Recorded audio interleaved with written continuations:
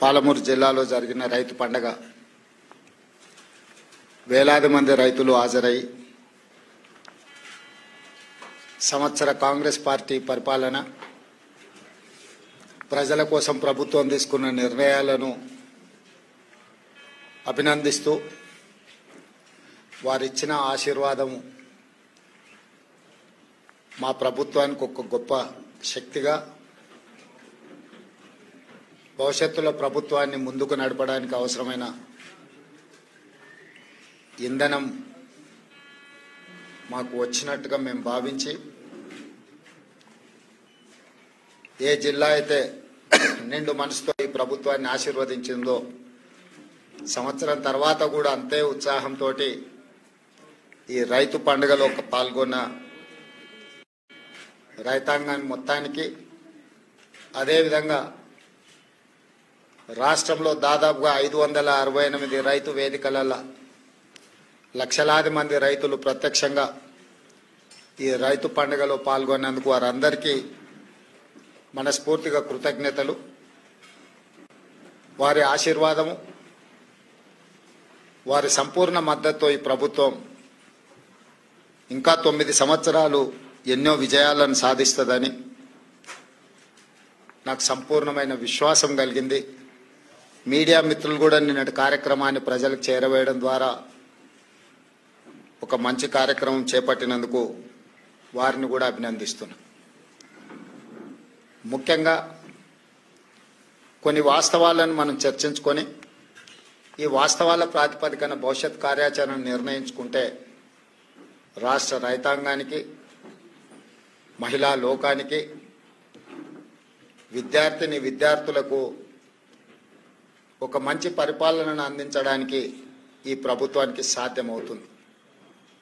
ముఖ్యంగా జూన్ 2, 2014 తెలంగాణ రాష్ట్రం ఏర్పడే నాటికి ఆనాటి యూపీఏ 1, యూపీఏ 2 కాంగ్రెస్ పార్టీ అధికారంలో ఉండే అటు రాష్ట్రంలో కేంద్రంలో 16,000 కోట్ల రూపాయల మిగులు బడ్జెట్తో 69,000 కోట్ల రూపాయల అప్పులతో ఈ రాష్ట్రాన్ని చంద్రశేఖరరావు గారికి కాంగ్రెస్ పార్టీ అందించడం జరిగింది.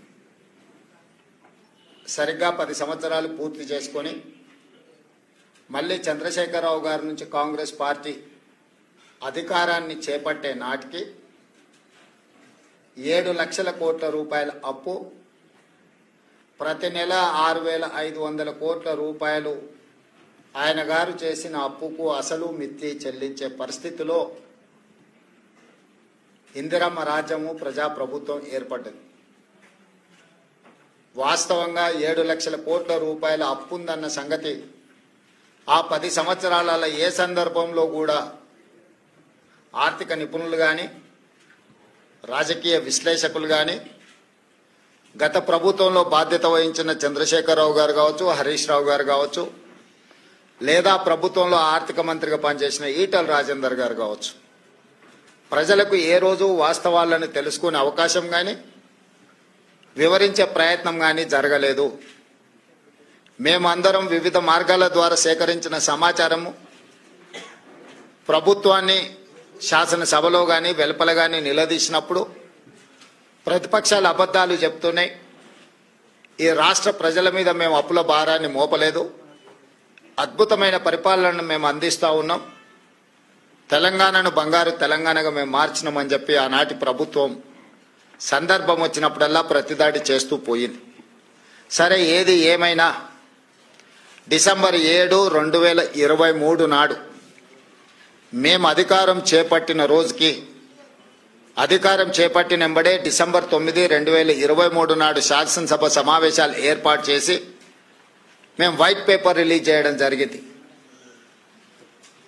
ఆస్తుల విషయంలో, అప్పుల విషయంలో, విద్యుత్ విషయంలో, సాగునీటి ప్రాజెక్టుల విషయంలో ప్రధానంగా అధికారంలోకి వచ్చినంబడే వాస్తవ పరిస్థితులను ప్రజలకు వివరించడం ద్వారా వాస్తవ పరిస్థితులను అంచనా వేసుకొని ప్రభుత్వాన్ని నడపాలన్న ఆలోచనతోని వివరించినాం. ఆ వివరాల ప్రకారము 7 లక్షల కోట్ల రూపాయలు తెలంగాణ రాష్ట్రం మీద అప్పులను చంద్రశేఖరరావు గారు మోపినరు. వారు తెచ్చిన అప్పులకు అసలు మిత్తి ప్రతి నెల 6,500 కోట్ల రూపాయలు ఇప్పుడు మేము కడుతున్నాం. ఆ లెక్కన ఏ రకంగా రాష్ట్ర ఆర్థిక పరిస్థితి దిగజారిందో, క్షీణించిందో ప్రజలందరూ అర్థం చేసుకోవాలి. ఉమ్మడి రాష్ట్రం నుంచి వచ్చిన అప్పుల ప్రకారము సంవత్సరానికి 6,500 కోట్ల రూపాయలు అసలు మిత్తి కట్టే పరిస్థితి నుంచి చంద్రశేఖరరావు గారు దిగిపోయే సమయానికి ప్రతి నెల 6,500 కోట్ల రూపాయలు అసలు మిత్తి కట్టే పరిస్థితి వచ్చింది.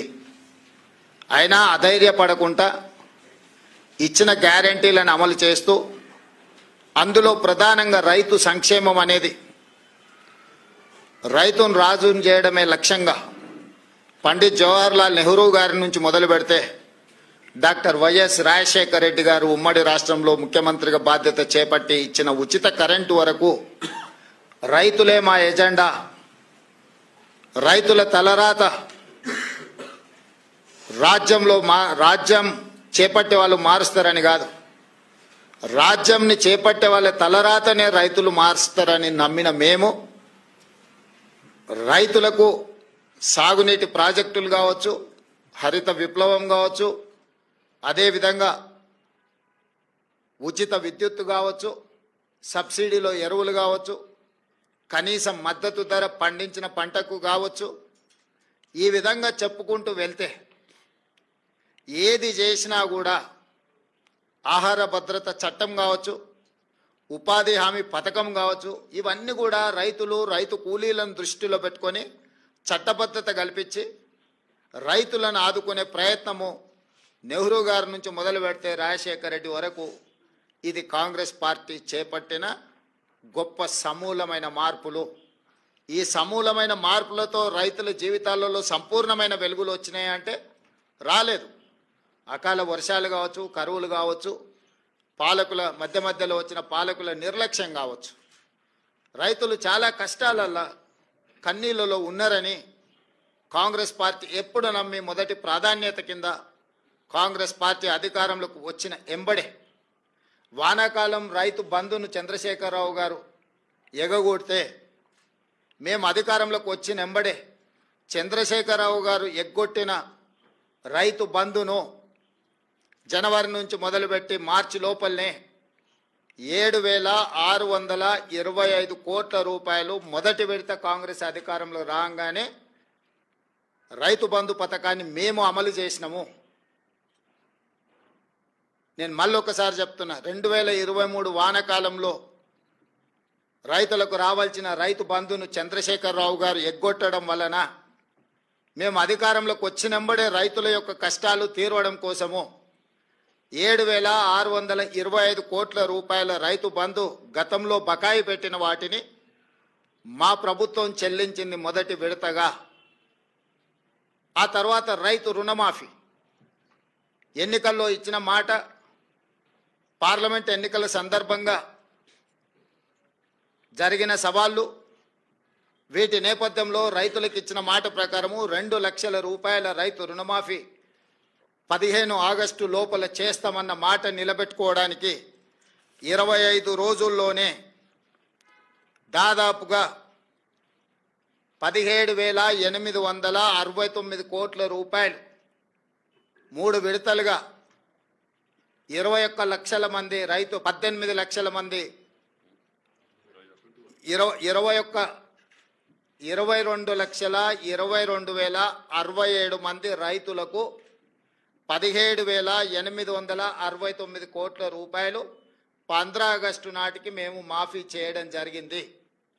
దానికి సంబంధించి 18/7/2024 11,34,412 మంది రైతులకు 6,034,96,00,000 మొదటి దఫా రైతుల ఖాతాలలో ₹1,00,000 వరకు ఉన్న రుణమాఫీని ఆ రోజు చేయడం జరిగింది.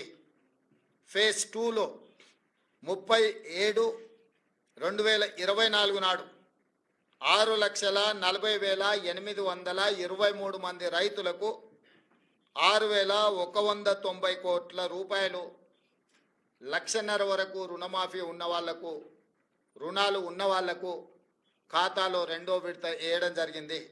మూడవ విడత 15 ఆగస్టు 2024 నాడు 4,46,832 మంది రైతు కుటుంబాలకు 5,644,25,00,000 3 విడతలల్లా 17,869 కోట్ల రూపాయలు 22,22,067 మంది రైతు కుటుంబాలకు మేము మాఫీ చేయడం జరిగింది, వాళ్ళ ఖాతాలో వేయడం జరిగింది. నిన్న 30/11/2024 నాడు 2,747 కోట్ల రూపాయలు మహబూబ్ నగర్ జిల్లాలో చివరి విడతగా 4వ విడతగా గతంలో సాంకేతిక లోపాలతోటో లేదా రేషన్ కార్డుల విషయంలో కొంత గందరగోళం ఉండడమో లేదా బ్యాంకులు వివరాలు అందించడంలో కొంత తాత్సారం చేయడమో రకరకాల కారణాల చేత 3,13,897 రైతు కుటుంబాలకు 2,747,67,00,000 నిన్న వాళ్ళ ఖాతాలో వేయడం జరిగింది. టోటల్గా 25,35,964 రైతు కుటుంబాలకు 20,616 కోట్ల రూపాయల 89 లక్షలు ఈరోజు రైతులకు రుణమాఫీ చేసిన చరిత్ర కాంగ్రెస్ పార్టీది. కాంగ్రెస్ ఇచ్చిన 2 లక్షల రూపాయల రుణమాఫీ గ్యారంటీది. దేశ స్వతంత్రం వచ్చినప్పటి నుంచి ఈనాటి వరకు ఈ రోజున్న 29 రాష్ట్రాలు కానీ గతంలో పెద్ద రాష్ట్రాలుగా ఉన్న ఉమ్మడి రాష్ట్రంలో కానీ స్వతంత్రం వచ్చినప్పటి నుంచి ఈనాటి వరకు కేవలం రైతు రుణమాఫీ ఇంత తక్కువ సమయంలో 25,35,964 రైతు కుటుంబాలకు 20,616 కోట్ల రూపాయలు ఏ ప్రభుత్వము చెయ్యలేదు. గతంలో మా ప్రభుత్వం కూడా ఇంత పెద్ద ఎత్తున రైతు రుణమాఫీ చెయ్యలేదు. ఈ దేశంలోనే ఇది గొప్ప రికార్డ్. అయినా బీఆర్ఎస్ నాయకులు పదే పదే రైతు రుణమాఫీ గురించి రకరకాలుగా మాట్లాడుతున్నారు. నేను వారు చేసిన వివరాలను ఒకటి పోల్చి చూసుకోవడానికి, పాత్రికేయ మిత్రులు విశ్లేషించడానికి కొన్ని వివరాలు నేను చెప్పదలుచుకున్నాను. 2014లో వాళ్ళు 1,00,000 రూపాయల రుణమాఫీ గురించి హామీ ఇచ్చారు. అధికారంలోకి వచ్చిన తర్వాత 4 విడతలుగా రుణమాఫీ చేస్తామన్నారు. 4 విడతలల్లో బ్యాంకుల్లో జరిగే మిత్తిలు పెరిగే మిత్తిలను కూడా మేమే కడతామన్నారు. ఆ విడత సరిగ్గా అమలు చేయలేదు. రెండవసారి మళ్ళీ హామీ ఇచ్చారు 2018 ఎన్నికల్లో. 2018 ఎన్నికల్లో కూడా 1,00,000 రూపాయలు ఏక మొత్తంలో రుణమాఫీ చేస్తామని చెప్పిన ప్రభుత్వం ఆనాడు వాళ్ళకు చెయ్యలేదు. చివరికి ఎన్నికలు సమీపించిన సమయంలో ఔటర్ రింగ్ రోడ్డును అమ్మి హడావిడిగా రుణమాఫీ చేసింది ఎంత అంటే వాళ్ళు 21,35,557 మంది రైతులకు 11,909 కోట్ల 31 లక్షల రూపాయలు మాత్రమే రుణమాఫీ చేసిండ్రు. 4.5 సంవత్సరాల తర్వాత వాళ్ళు రుణమాఫీ చేయడం వల్ల ఈ 1,00,000 రూపాయలు రుణం తెచ్చుకున్న వాళ్లకు ఇందులో వడ్డీ ఎంత పోయిందయ్యా అంటే 8,578 కోట్ల 97 లక్షలు. దాదాపుగా వాళ్ళ మొత్తం అప్పులకే పోయింది. అంటే వాళ్ళు తెచ్చిన 4.5 ఏళ్ళు రుణమాఫీ జరగకపోవడం వల్ల అది మొత్తము వడ్డీలకే వెళ్ళింది. దాంతో నికరంగా వాళ్ళు చేసిన రుణమాఫీ ఎంత అంటే 3,331 కోటి రూపాయలు మాత్రమే.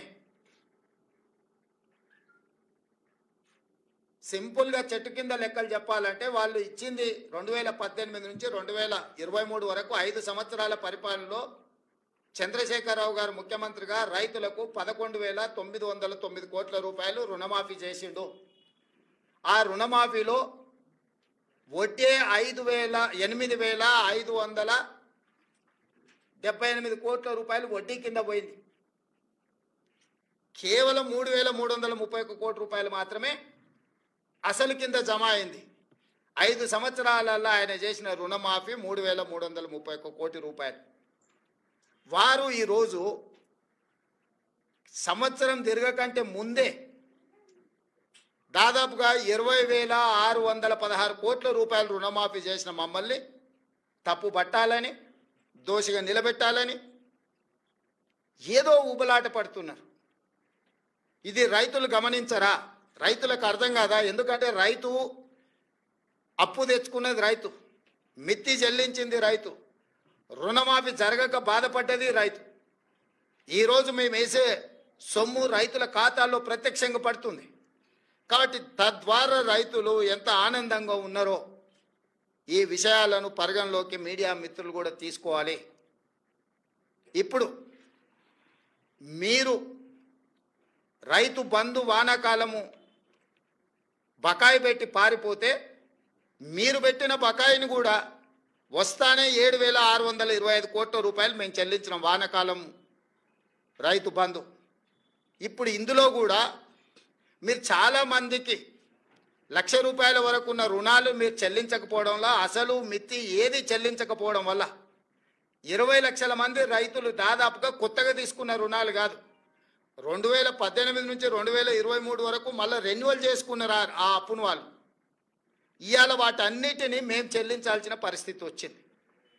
అందుకే మేము 12/12/2018 నుంచి 9/12/2023 వరకు ఆ 5 సంవత్సరాలలో బ్యాంకులలో తీసుకున్న అన్ని అప్పులను మేము కట్టినాం. చంద్రశేఖరరావు పరిపాలించిన 5 సంవత్సరాల కాలంలో రైతులు చేసిన అప్పు 12/12/2018 అంటే రెండోసారి చంద్రశేఖరరావు గారు ప్రమాణ స్వీకారం చేసిన రోజు నుంచి చంద్రశేఖరరావు గారు దిగిపోయి మేము ప్రమాణ స్వీకారం చేసి మొదటి రోజు అసెంబ్లీ ప్రారంభించే తారీఖు వరకు దాదాపుగా 5 సంవత్సరాల పూర్తి కాలంలో రైతులకు ఉన్న 2 లక్షల రూపాయల వరకు రుణమాఫీని మేము చేసి రైతుల పట్ల రైతు పక్షపాతిగా మా ప్రభుత్వం ఉన్నదని మేము నిరూపించుకున్నాము. అది రుణమాఫీ విషయం. రైతు బంధు మీరు వానాకాలం బకాయి పెడితే మేము వచ్చినెంబడే ఆ బకాయి ఇచ్చినాం. ఇప్పుడు నేను మళ్ళీ రైతులకు మాట ఇస్తున్నా, సంక్రాంతి పండుగ తర్వాత రైతు భరోసా మీ ఖాతాలలో వేసేది సోనియమ్మ గ్యారంటీ, ఇందిరమ్మ ప్రభుత్వము. ఏ రైతులు ఎలాంటి మారీచులు సుబాహులు వచ్చి మీకు అబద్ధాలు చెప్పి ఆనాడు పురాణాలలో విశ్వామిత్రుడు యజ్ఞం చేస్తుంటే రాక్షసులు ముఖ్యంగా మారీచుడు సుబాహులు వచ్చి ఆ యజ్ఞాన్ని భగ్నం చేయాలని ప్రయత్నం చేస్తే రామలక్ష్మణులు ఎట్లయితే కాపలా కాసి విశ్వామిత్రుడు చేపట్టిన యజ్ఞాన్ని సంపూర్ణంగా పూర్తి చేసిండ్రో ఈనాడు కూడా మా ప్రభుత్వము రైతు భరోసా కొనసాగిస్తుంది. సంక్రాంతి పండుగ తరువాత సోనియా గాంధీ గారి గ్యారెంటీగా నేను చెప్తున్నా, మీ రైతు భరోసా మీ ఖాతాలో పడుతుంది. ఎవరిని నమ్మకండి. ఇట్లాంటి మారీచులు మీ దగ్గరికి మారు వేషంలో వస్తూనే ఉంటారు. ఆనాడు సీతమ్మను ఎమర్చడానికి బంగారు లేడీ రూపంలో వచ్చిన మారీచుడే ఈరోజు మారు వేషంలో మళ్ళీ బీఆర్ఎస్ బీజేపీల రూపంలో మీ దగ్గరకు వస్తారు. ఈ మారీచులను మీరు విశ్వసించకండి. సంక్రాంతి పండుగ తర్వాత మీ రైతు భరోసా మీ ఖాతాలలో పడుతుంది. విధి విధానాలకు సంబంధించి మంత్రివర్గ ఉపసంఘం వేసిన బట్టి విక్రమార్క గారు, పొంగులేటి శ్రీనివాసరెడ్డి గారు, తుమ్మల నాగేశ్వరరావు గారు, ఇతర మంత్రుల చేత మంత్రివర్గ ఉపసంఘాన్ని విధి విధానాలను ఖరారు చేయడానికి వేసినాం.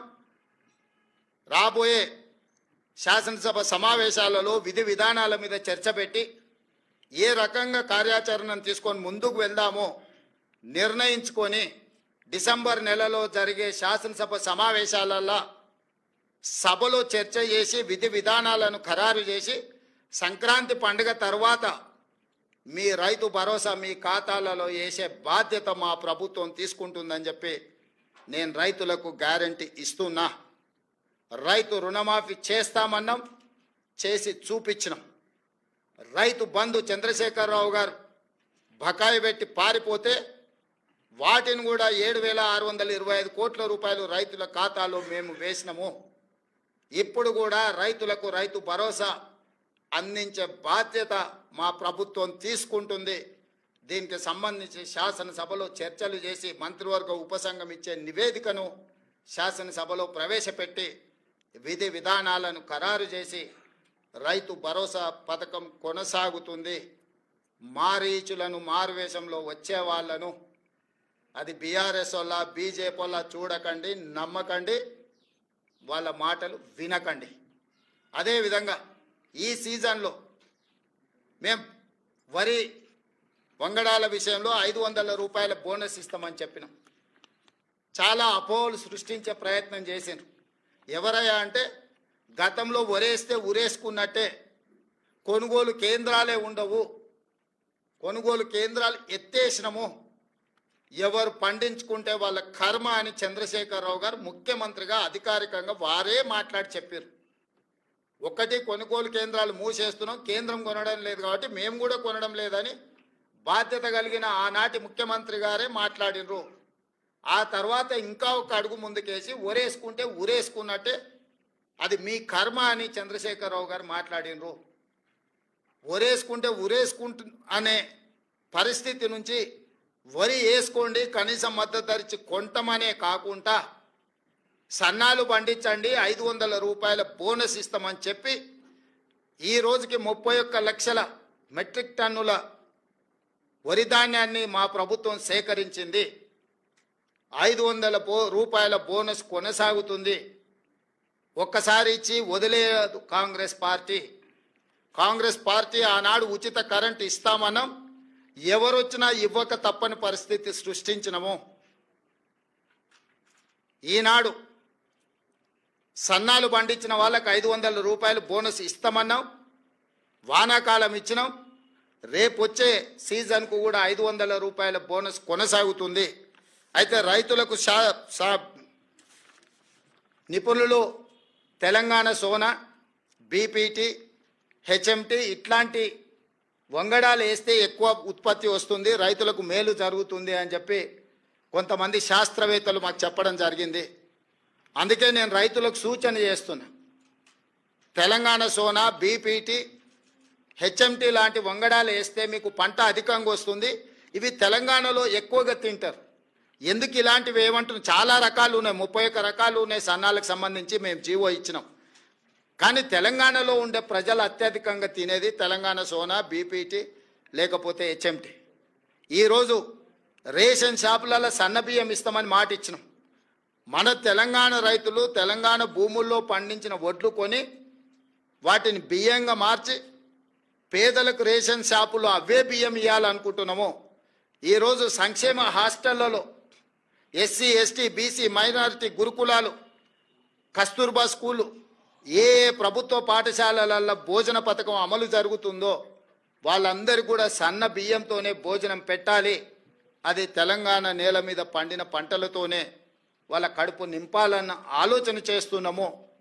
నేను రైతులకు విజ్ఞప్తి చేస్తున్నా, మీరు నాణ్యత కలిగిన సన్న వడ్లు పండిస్తే అవి బియ్యంగా మారి తిరిగి మన పేదల కడుపు నింపడానికి అవకాశం ఉంటుంది.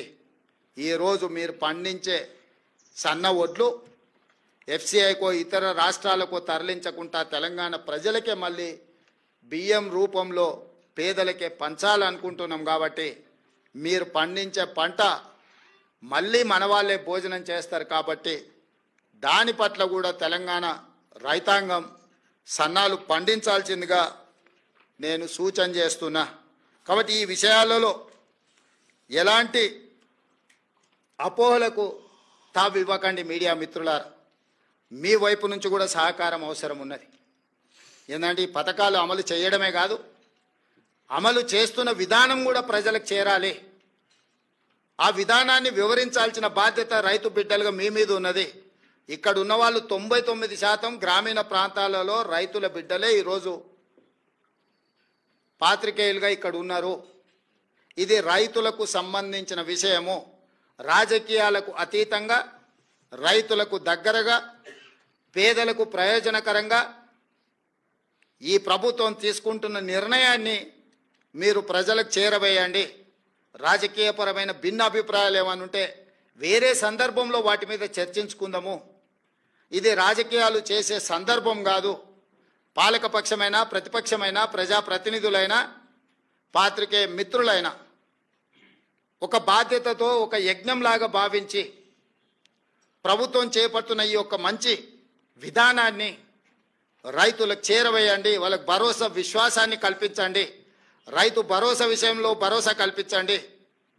బోనస్ విషయంలో వాళ్ళకు భరోసా కల్పించండి. ఈ ప్రభుత్వం రైతుల కోసమే ఉన్నది. వ్యవసాయం దండగ కాదు, వ్యవసాయం పండుగ చెయ్యాలి. చేసి చూపిస్తాం.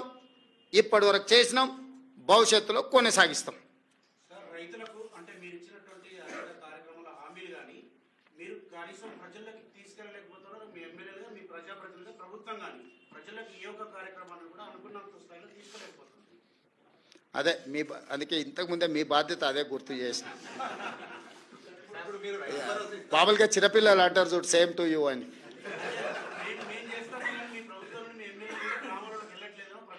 అందుకే అడుగుతున్న మిత్రమా, వాళ్ళు చేసే ప్రయత్నం వాళ్ళు చేస్తారు. ఇప్పుడే కాళ్ళు చేతులు కూడా తీసుకుంటుర్రు.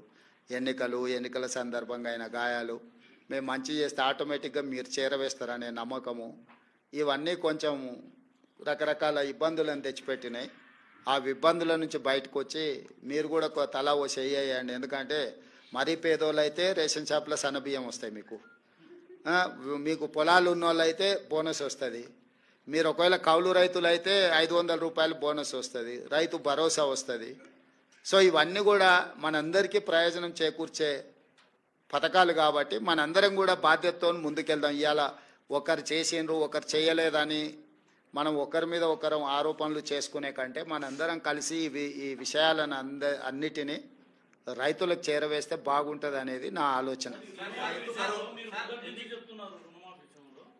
బ్యాంకులో 2 లక్షల పైన ఉంటే పై అమౌంట్ చెల్లించుకోవాలి అని అది ఎక్కడ కూడా రైతులకు బ్యాంకర్స్ కమ్యూనికేట్ చేయలేదు. దాంతో అది బ్యాంకర్స్ జాబ్ కాదు, అది మీ జాబు నా జాబ్. అది వాళ్ళు చేయరు. ఎందుకంటే వాళ్ళు వచ్చిన వాళ్ళు కట్టిన వాళ్ళు తీసుకుంటారు తప్ప వాళ్ళు ప్రచారం కోసం ప్రత్యేకంగా వాళ్ళకి సిబ్బంది ఉండరు కదా. అదే దాన్ని తప్పకుండా 2018 నుంచి 2023 వరకు ఎవరైతే రైతులకు రుణమాఫీ 2 లక్షలు చేస్తామని మీరు గత ఎన్నికల ప్రచారం సందర్భంగా చెప్పారు. మరి 2014 నుంచి 2018 వరకు తీసుకున్న రుణమాఫీ చేస్తారా లేదా? లేదు, స్పష్టంగా చెప్పినాం కదా. కట్ ఆఫ్ డేట్ కూడా ఇచ్చినాం. మీకు ఎలాంటి అనుమానాలు అక్కర్లేదు.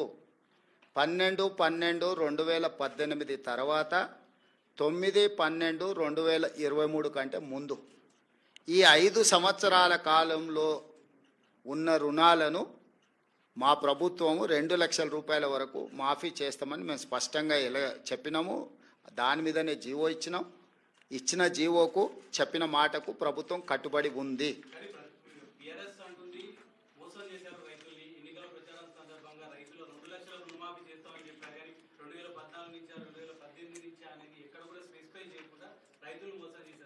నేను అంతకుముందే చెప్పిన వాళ్ళు మారీచులు సుబాహులు అని. వాళ్ళ గురించి మనకి ఎందుకు మిత్రమా? ఇది ఒక పండుగ వాతావరణం.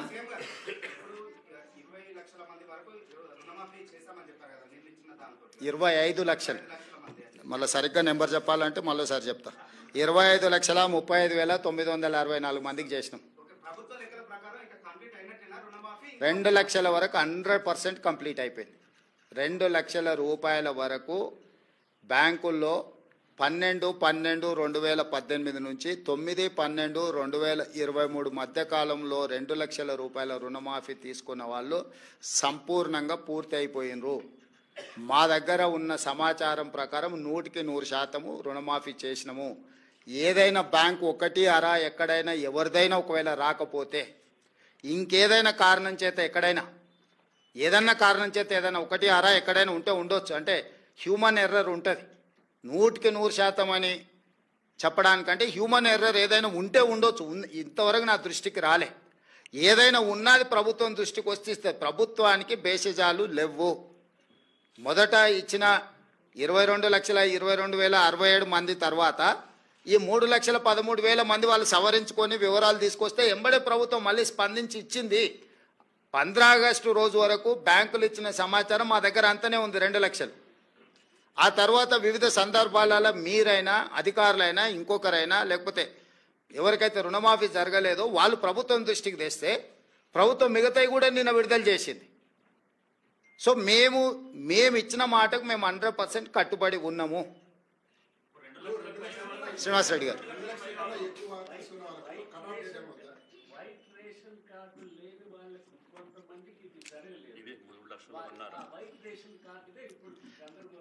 లేదు ఇప్పుడు మాఫీ చేసిన దాంట్లో కార్డు లేని వాళ్ళని కూడా తీసుకొనే ఇచ్చినాం.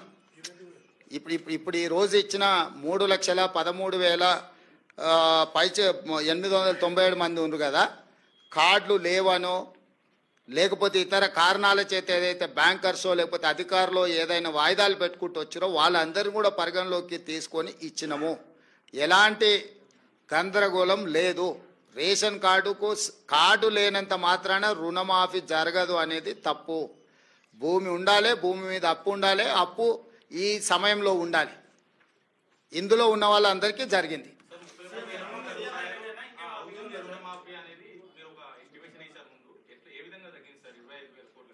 ఇప్పుడు 31,000 కోట్లకు ప్రాథమికంగా బ్యాంకర్సు మాకు అంచనాలు పంపించారు. ఎందుకు పంపించారు అంటే వాళ్ళు 2014 నుంచి 18 వరకు చంద్రశేఖరరావు ఎగగొట్టిన బకాయిలు కూడా ఉన్నాయి కదా, ఒక్కటేసారి గవర్నమెంట్ కడితే అన్నీ తీసేసుకోవచ్చు అని కొందరు వివరాలు ఇచ్చారు. నీకు అర్థమైంది కదా, మేము బ్యాంకు రుణమాఫీ రైతులకు చేస్తున్నామని కట్ ఆఫ్ డేట్ వాళ్ళకి తెలియదు కదా. మీ దగ్గర ఎవరెవరు ఖాతాలు ఉన్నాయో ఎన్ని బాకీలు ఉన్నాయో చెప్పండి అనగానే బ్యాంక్ వాళ్ళు ఇవే కాదు లాంగ్ టర్మ్ లోన్స్ కూడా అందులో కలిపి రాసి ఇచ్చారు. అంటే లాంగ్ టర్మ్ లోన్ అంటే వ్యవసాయ భూమి పెట్టి పోల్ట్రీ ఫామ్కు తెచ్చుకొని ఉంటారు, లేకపోతే ఇతర వ్యాపారానికి తెచ్చుకొని ఉంటారు. రకరకాల కారణాల చేత లాంగ్ టర్మ్ లోన్లు తెచ్చుకునేవి కూడా వాళ్ళ బ్యాంకులు ఉన్న అన్నిటినీ ప్రాథమిక అంచనాలు పంపించారు. తర్వాత మైన్యూట్ గైడ్ లైన్స్ ఇచ్చి ఈ ఫ్రేమ్లో ఉండి మీరు ఇచ్చే ఏవైతే వివరాలు ఉన్నాయో సంతకం పెట్టి ఇవ్వమని చెప్పినాం బ్యాంకర్స్కి. తప్పుడు సమాచారం ఇస్తే మేము చూసి ఉంటారు కదా, తప్పుడు క్లెయిమ్స్ చేసినా తప్పుడు సమాచారం ఇచ్చినా చట్ట ప్రకారం శిక్షిస్తామని చెప్పి ఇచ్చిన జీవోలు పొందుపరచడం జరిగింది. దాంతో పూర్తిగా ప్యూరిఫై చేసి రికార్డులను అన్నిటిని కూడా వాళ్ళు 1-2 సార్లు పరిశీలించుకొని మాకు వివరాలు ఇవ్వడం జరిగింది. శ్రీనివాస్ గారు, శ్రీనివాస్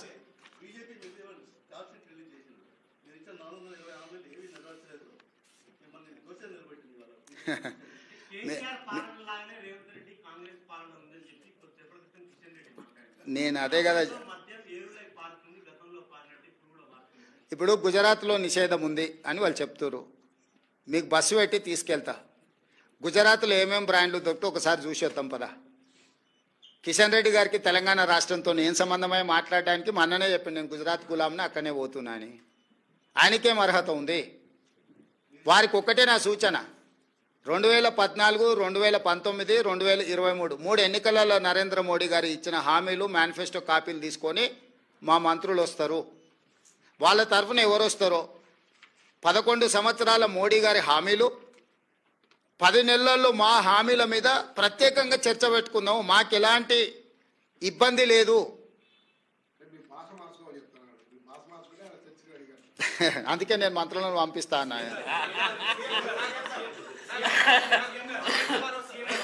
ప్రధానమంత్రి నరేంద్ర మోడీ ట్వీట్ చేసిన స్వయంగా కాంగ్రెస్ పాలన వైఫల్యం చెందింది, తెలంగాణలో సంవత్సరంలోనే తేలిపోయింది, ఇదంతా బీజేపీ వైపు నేనేమంటున్నానంటే ఎవరికైనా వాళ్ళ పిల్లలు కాకి పిల్ల కాకి ముద్ద అని చెప్పారు పెద్దోళ్ళు, అవునా? సో కాకి పిల్ల ముద్ద అన్నట్టు వాళ్ళందరూ బీజేపీ వాళ్ళు పోయి కలిసినప్పుడు ఆయన మీరు ఎందుకు వణికిరారు, మీరు అనా పైసకు చెల్లరు, నెత్తి మీద రూపాయి పెడితే ఏకాన కూడా మీరు చెల్లరని మొహం మీద అనలేడు కదా మోడీ.